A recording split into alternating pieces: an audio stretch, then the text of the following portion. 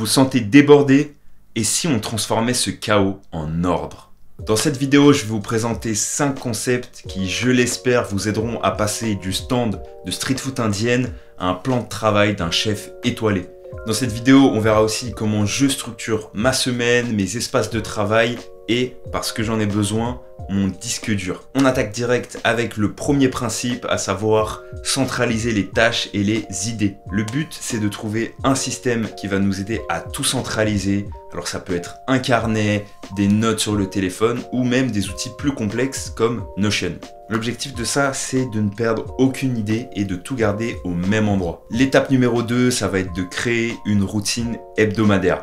On connaît, depuis qu'on est petit, derrière le carnet de correspondance, le fameux emploi du temps. On va pas y échapper et le but, c'est de le faire à notre sauce. Idéalement, on choisira un moment dans la semaine où on prévoit la totalité de la semaine à venir. Et pour moi, le meilleur moment pour ça, c'est le dimanche. Le troisième principe, ce sera de prioriser et de tout simplifier. On ne veut pas rentrer dans les détails, on ne veut pas quelque chose de parfait.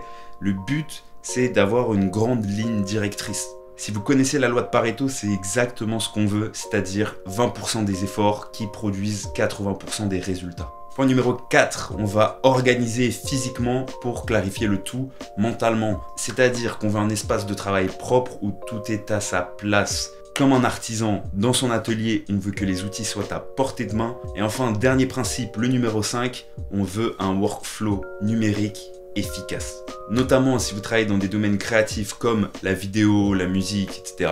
Ce dont on aura besoin, c'est de classer nos fichiers, nos projets de manière intuitive et logique pour pas perdre de temps. Pour ce qui est de l'emploi du temps ou de l'agenda, moi, personnellement, j'utilise 2 supports. Le premier, ce sera un Google Agenda parce que c'est directement accessible sur le téléphone, sur l'ordinateur. Mais j'ai aussi son petit frère, la version papier, que j'essaye de mettre à jour, ce qui me permet de mettre des petites notes. Donc tout simplement, j'utilise les deux. Pour ce qui est de l'espace, alors évidemment, on veut un environnement clean. This is why I've been telling people, clean up your room. Et une fois que ça c'est fait, on va chercher un moyen de centraliser nos idées. Moi, ce que j'utilise pour chaque domaine, ce sont ces carnets de couleurs. Donc je vais vous faire un petit tour. Un carnet pour la FM, donc pour le solfège, tout ce qui est théorie musicale. J'ai un carnet pour les rêves, celui-là il est près du lit. Quand j'ai un rêve qui m'a matrixé, mais surtout si je m'en souviens, je le note dans ce carnet le plus tôt possible au réveil. Ça me permet non seulement de développer ma capacité à me souvenir de mes rêves, mais en plus ça c'est une source d'inspi de malade. Ensuite le carnet de chant, c'est là que je fais un petit compte rendu de mes cours de chant, de comment je me suis senti, sur quel exercice j'avais de bonnes sensations, et globalement j'ai un suivi de mes routines de taf. Le carnet orange, alors ça sera tout ce qui est production musicale et musique business. Dedans, j'essaie de noter des procédés de production musicale, mais aussi des stratégies et des contenus pour promouvoir ma musique, créer ma structure, etc. Le cahier noir, ça c'est pour le piano. J'ai commencé les cours de piano depuis 2 mois, du coup, chaque cours, je note ce qu'on a fait et ce sur quoi je dois bosser pour le cours d'après. Le carnet marron-gris, celui-là j'utilise beaucoup ces derniers temps, c'est mon carnet de sport. Je note toutes mes séances, tout ce que je fais, le nombre de reps, l'exercice, le poids, idéalement les temps de repos. J'essaye aussi de marquer les sensations, quand est-ce que j'estime que je fais bien un mouvement, à quel moment je sens que je progresse, à quel moment je sens que je performe, etc. Mention spéciale pour le dernier qui est un carnet de sérendipité. Alors la sérendipité, qu'est-ce que c'est? C'est le principe de découvrir des choses par le hasard. Souvent l'anecdote qui est utilisée pour expliquer ce mot, c'est la découverte de la pénicilline. Elle a été découverte par Fleming en 1928, car en fait lui il avait laissé le bordel dans son labo et en revenant 2 semaines plus tard, il s'est rendu compte en fait qu'un champignon s'était formé dans des colonies de bactéries. Il s'est rendu compte en fait que ce champignon il tuait toutes les bactéries qu'il y avait autour.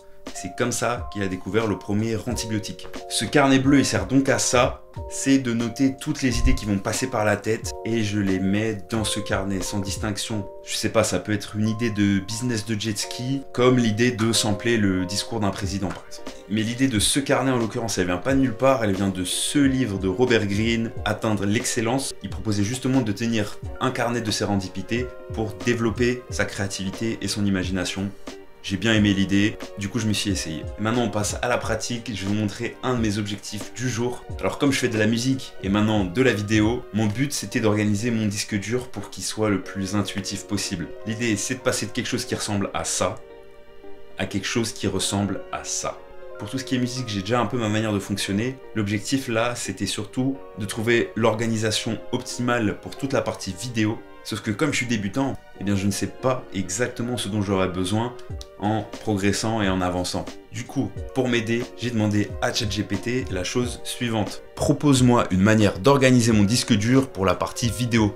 Je dois organiser entre autres des fichiers de tournage, des projets Premiere Pro, des ressources pour les incrustations et les miniatures, des dossiers pour chaque vidéo. N'hésite pas à me faire part de choses que j'aurais pu oublier et qui peuvent m'aider. Donc là, il me propose une arborescence principale que j'ai décidé tout simplement d'appliquer à la lettre. J'ai vu qu'il a mis l'accent sur la nomenclature, donc comment on va nommer les fichiers, et j'ai trouvé ça grave malin, notamment de mettre la date, car déjà, on sait quand est-ce que les choses auront été filmées et tournées, mais en fait, écrire la date au début, ça permettra de tout classifier dans l'ordre chronologique et pas par ordre alphabétique. Donc voilà, les 3 choses que j'ai mis en place aujourd'hui pour booster ma productivité et garder le cap. L'emploi du temps, l'espace physique, et super important pour moi, l'espace numérique. Donc voilà, n'hésitez pas à me dire si vous utilisez des techniques pour organiser votre vie.